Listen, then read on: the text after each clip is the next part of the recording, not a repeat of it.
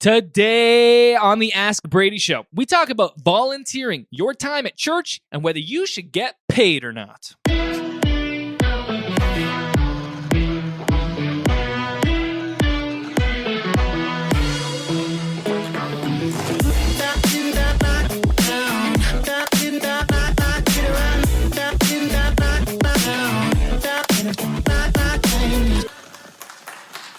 Well, hey there, Pro Church Nation, and welcome to the Ask Brady Show, episode number 29. We've got 4 great questions from the people of Pro Church Nation, and I'm joined as always to my left, your right.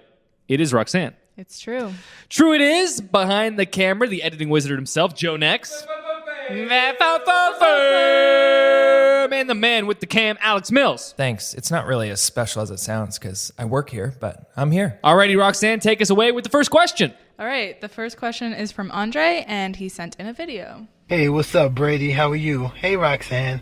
So my question is, when it comes to musicians or media professionals in the church, you know, your music team, your media team, cameramen and women and those type of things, editors, website developers, do you believe that those people should be getting paid, or do you think that they should just be doing it for God?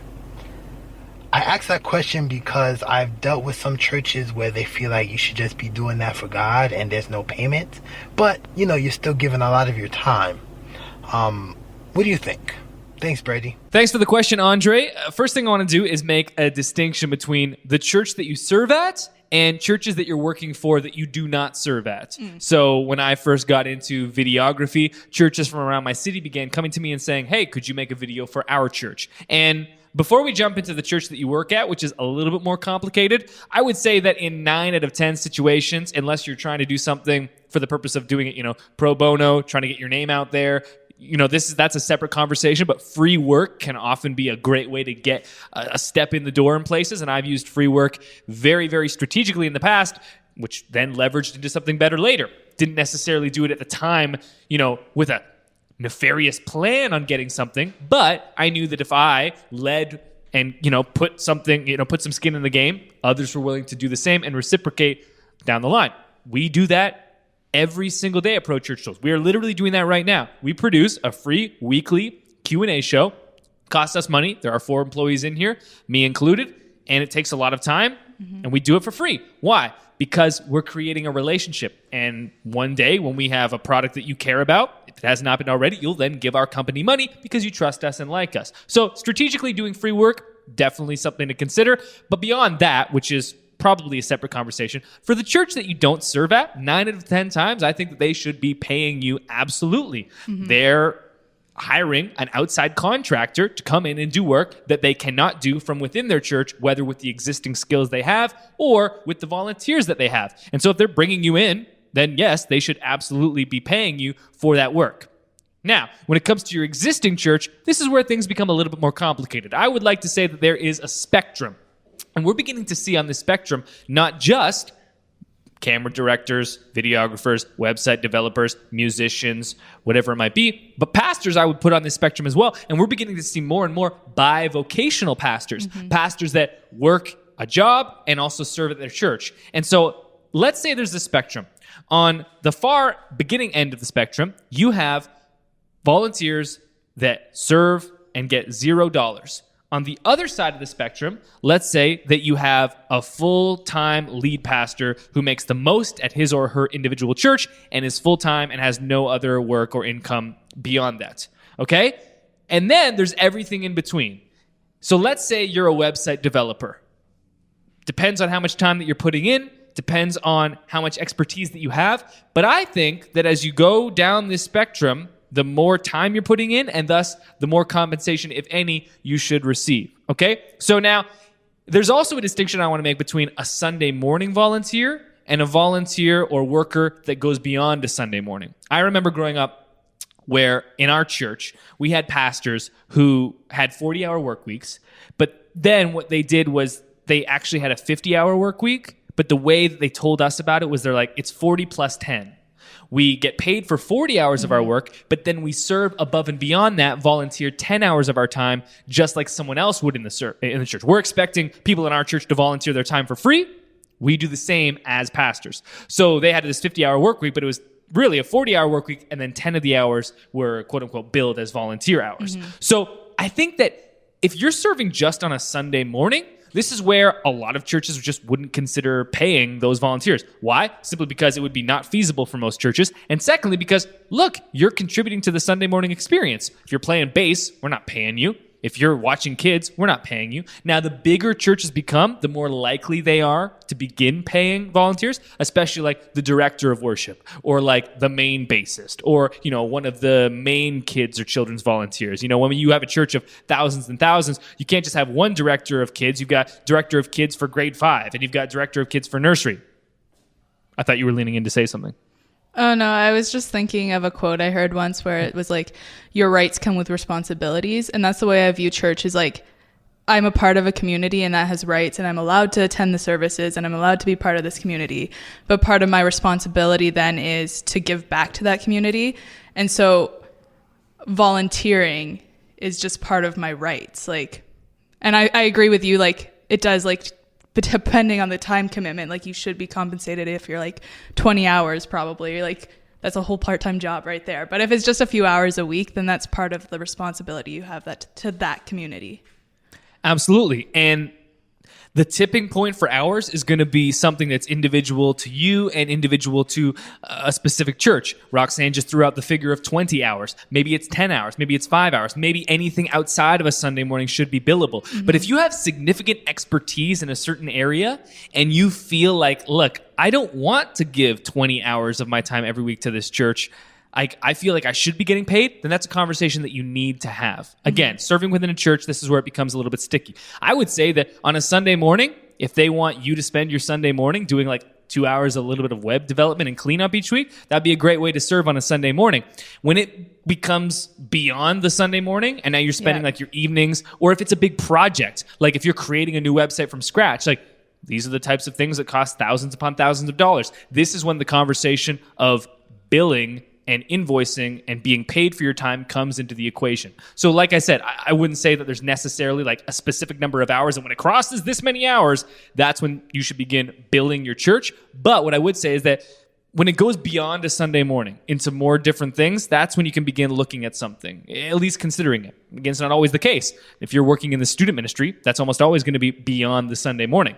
Yeah. Some churches have student ministry happening during the adult service, but a lot have it on a Wednesday night, a Tuesday night, a Friday night. You're not going to be an adult leader, as Roxanne was for many years, and then bill them because that's beyond a Sunday morning.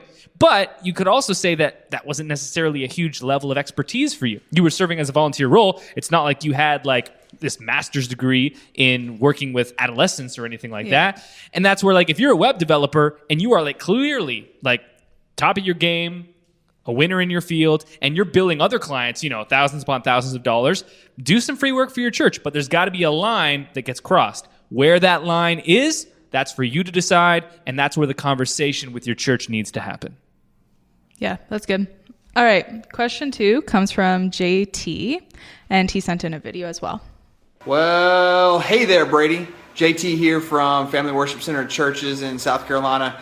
Listen, I'm similar to you. I didn't have a formal media background when I got hired as the media director here, and started acquiring all these hard drives to put our footage on, footage from services, footage for projects that we're shooting, or B-roll from an event. And so I ended up acquiring hard drive after hard drive, go down to Best Buy, just get another 3 terabyte, get a 4 terabyte.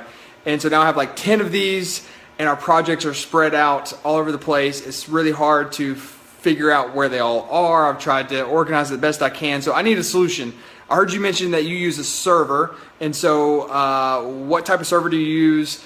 Do you like network attached storage systems? NAS, do you use one of those? Have you have any experience? What's the best solution? What I think that we need is something that allows for redundant storage so that things don't get lost if a hard drive fails, something that allows multiple people to edit from. You mentioned that you guys do that so that you can have multiple editors.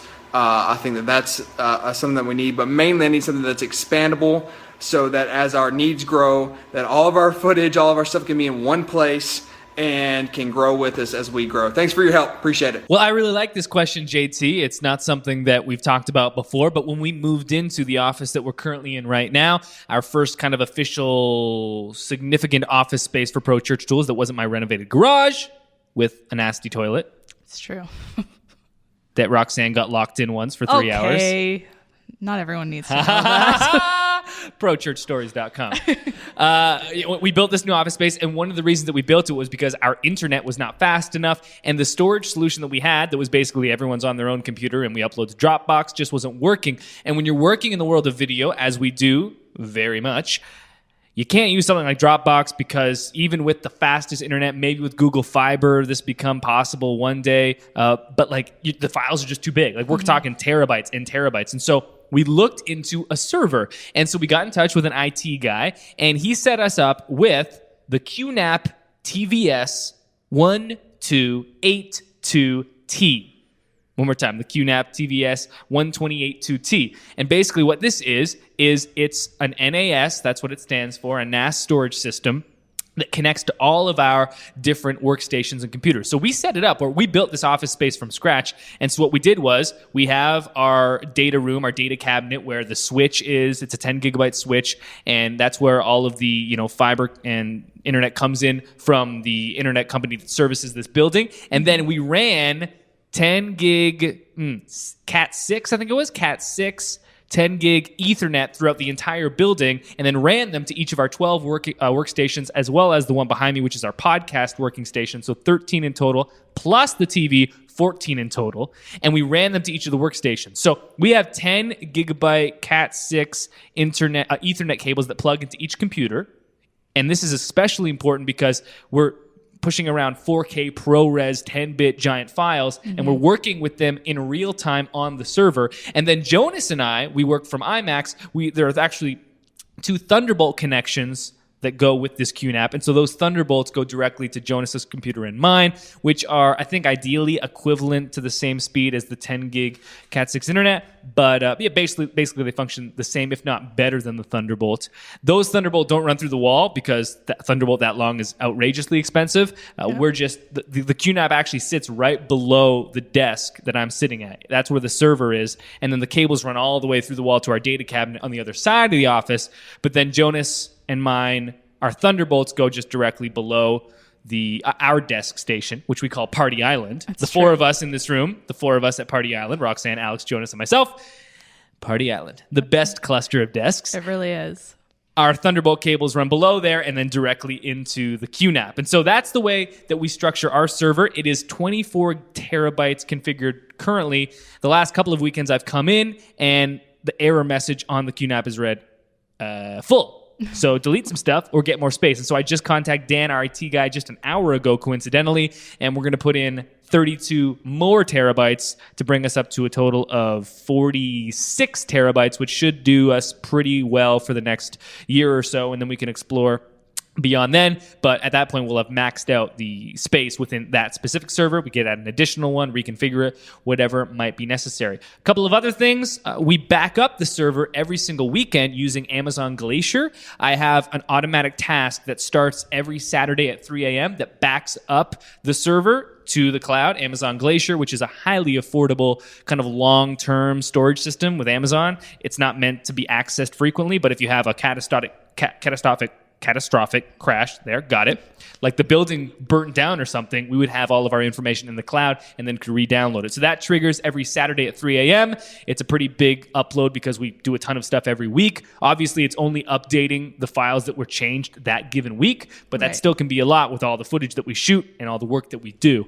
And this allows everyone to be connected at the same time. So if Jonas is editing this episode of Ask Brady and he wants me to check something, I could walk over to his desk, sure, but I could also open it directly within Adobe Premiere on my computer. And it works across different operating systems. So I can open it in Mac, I can open it in Windows because 3 of us use Windows workstations and the rest of us use Mac. And so that's helpful. And then anything else? JT did mention redundancy. Our QNAP is configured in such a way so if one of the hard drives fails, the others are storing and backing things up so that it doesn't all crash. And then we have that additional backup with Amazon Glacier, so we're covered either way. So the only thing that we don't have is an offsite backup. This is something that is often very popular, where you have, like, let's say at my house, another drive that is identical, mirroring the drive here, and is an offsite backup. You know, it's tough with like 48 terabytes to do that, but it is something that we could run weekly or even monthly if we wanted. Hasn't been configured yet. So that's what we use, the exact gear. Great question. Hope it helps. All right, question 3 comes from Adam, and he says, if not Right Now Media, then what else is a solution to empower willing volunteers to lead a group without spending way too much time planning their lessons? So to provide some context, Right Now Media is kind of considered the Netflix for Christians, the Netflix for churches. I actually just have a subscription to Netflix. So I think does that make me not a Christian? Yeah, I think so. Okay, a little bit of saltiness there. I do apologize. Basically, it is a giant, massive collection of different devotional resources. Francis Chan, a little more Francis Chan. Who are other people? I always use I don't Francis know. Chan I as only the have ever example. watched the Francis Chan ones on that. The one time I did a devotional Bible study with Right Now Media, it was with Francis Chan. He was on like the top of this rooftop in San Francisco, and he had just like that really calm voice that Francis Chan has. And I was like, get angry, Francie! Just because that's kind of my style. Love me some Francis Chan either way. But the point is that beyond some of the less than ethical or less than exemplary business practices of Right Now Media that we've encountered when it comes to canceling your account and that stuff, and that's not necessarily my place to speak on that. I just don't think that Right Now Media is a good substitute for small groups or a good purpose, a good resource for small groups. We see churches do this all the time, right? And this is a personal opinion that I think is shared by most, if not all, millennials, like the majority of millennials, but you can take it for what it is. And that's one man's opinion. And that is that on a Sunday morning, we gather, and a lot of our churches don't have too much community on a Sunday morning. Whether you're a small church or a big church, you're going to consume the service, right? The main event is the message. You've got kind of the intro band, which is the worship. There's some announcements in the middle. There might be some little mingling in the hallway before. Maybe you head out to lunch afterwards, but that's just things that happen because you meet at the church. That's not within the service itself, right? So what happens? Well, churches have these small groups throughout the week or even on Sundays sometimes, where everyone in the church can gather with like-minded, maybe similar age, similar stage of life, and that's where they begin to develop deep and lasting friendships that go beyond a simple Sunday morning. The problem is that most church small groups are centered around what, Roxanne? More teaching. It's true. It's basically the light version, L-I-T-E, the light version of a Sunday morning on a Tuesday night, which to me is redundant. And I already have trouble with church services on the whole because, look, worship music has been commoditized. I can listen to anything at all times, and I don't really love concerts. I can understand if you love live music, not really my thing. And then messages, I listen to podcasts nonstop. I have the greatest messages at my fingertips. And while a pastor's message could be tailored specifically to our congregation, it's not super tailored. It's not like it's crazy in the moment for us. And so what do I go? What do I need a church for? I need a church for the community. That's what I need to do life with other people that love Jesus, to be called out on my craft, to be encouraged when I'm down, when, there's a death in the family or I'm grieving, people can come around me and be there, that's the type of thing that I need church for. Offer hope, offer purpose, help me figure out my identity. And so much of this can happen in community. What about evangelism or discipleship? Again, happening in community. So again, that doesn't mean, and this is how everyone always interprets things, something is one way. Someone says, hey, we're missing this. And people go, yeah, well, we can't give up on the thing that we have now. Okay, no one's suggesting that. Just because we have lots of A and none of B does not mean that we ditch A altogether and go for B. Right. We want to have a balanced approach, right? So if you have a Sunday morning already that has a message and has worship and has announcements and a bunch of teaching, you probably don't need to replicate that on a Tuesday night at a small group. You don't need to break out the acoustic guitar, sing Good, Good Father, and then watch Francis Chan. You're doing that on Sunday already. Now, the reason that Right Now Media is so kind of, let's say, enamoring is because you can be like, we can just bring people together, press play on Francie, and we've got small groups. I don't think so. Now, what I would suggest you do for small groups, and this isn't even about Right Now Media so much as it is about curriculum-based small groups, however you do it. Whether you buy the latest, Mark Batterson series or you're watching on Right Now Media, whatever it is, just curriculum-based small group, I'm not a huge fan of it. What I am a huge fan of is activity-based small group. The reason for this is because it's hard for people to come together, whether you're close friends or not, because the group of 6 to 12, whatever it is, not everyone is super close friends, and just sit around a table and talk. That's why we use the curriculum, right? We use the curriculum to hopefully spur conversation. And then someone gets a bit vulnerable, which allows someone else to become a bit vulnerable. The model isn't terrible, except that you're already doing the teaching on Sunday. And at the end of the day, what happens is at most small groups, you watch the video and then everyone gives pat answers that don't actually involve any vulnerability or transparency. No one shares anything that's going on with their lives. They just go, yeah, I just liked how we talked about like being open and honest. Sometimes I say that I went for a 1.5 kilometer walk, but I only went for a 1 kilometer walk. Sometimes on Instagram, I appear happy when in real life I'm not. Deep, Sandra. Deep. What an activity can do is replace the curriculum, right? This is what's great. Where you have an activity, something that people enjoy. So for guys, maybe it's like flag football. For girls, what do women enjoy? I don't know. Crocheting, I suppose. That seems like really like offensive, but it came out of your mouth and not me. Whatever it is, activities that individuals like, right? And it doesn't, not all men like flag football, not all women like crocheting, right? Like you can have a bunch of different activities that your church has leaders that are good at. So you have a basketball small group, you have a board game small group, you have a video game small group, you have a crocheting small group, you have a salsa dancing small group, whatever it might be. People choose the small group they like, and now there's this activity that the small group is based around, right? What's great about this is that now there's this thing that everyone's coming to that is the purpose of the small group that is making conversation not forced on everybody, right? Yeah. So people can come, and if they're not ready to share with others, great. And if they are, great. But what happens is, and this is what happened at my last small group, we got together around an activity, and then I became really close with one of the guys. And now we meet every single Thursday, and we share and talk about anything and everything. And we're really doing life together, not just in the cliche way, but in the painful, awkward, amazing, beautiful, messy way that in the last 2 years has allowed both of us to become so much better as human beings. We often talk about how like, man, 2 years ago, I was this, and now I'm this. And one of the core changing denominators is you. Like, that's the common denominator of this. Like, this has been so helpful. And it all happened because there was an activity-based small group that started it. Again, you need to have something, a reason for meeting. The reason can't be to do life together and then you just sit around a table awkwardly waiting for someone to share about how much porn they're looking at and then someone else to be like, oh, finally.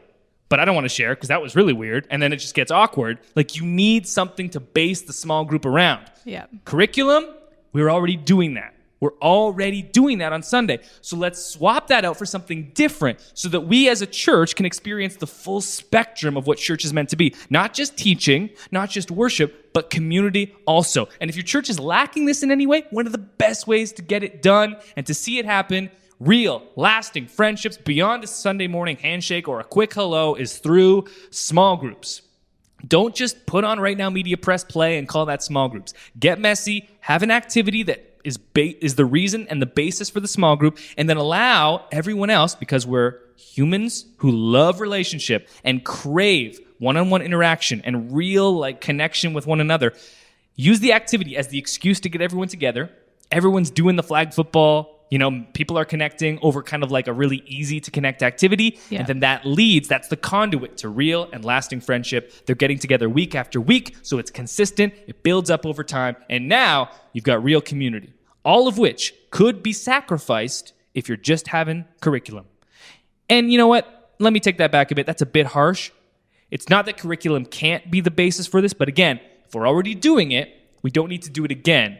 We don't want to overemphasize one thing and thus miss out on the full spectrum of what church can be. Yeah, I completely agree with that for sure. All right, last question comes from Brian, and he says, hey, Brady, was checking out your video tutorials on announcements. Is there a reason you would choose to do an announcements video rather than presenting announcements live?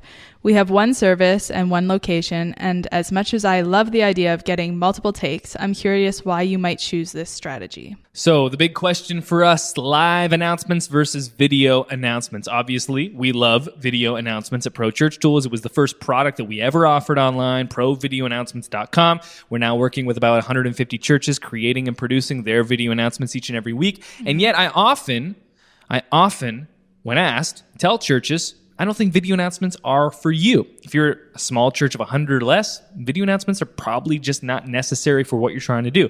Let's talk about the pros of video announcements. There are two main pros. The first one is that they are replayable. So if someone isn't at church on a Sunday, which the average attender of church is about every other week, if they do miss a Sunday, they can rewatch the announcements and keep up with all the events and the happenings of the church. If someone arrives late to church and you play your announcements before service begins, they can catch up. You can be replayed on your website, on social media, wherever.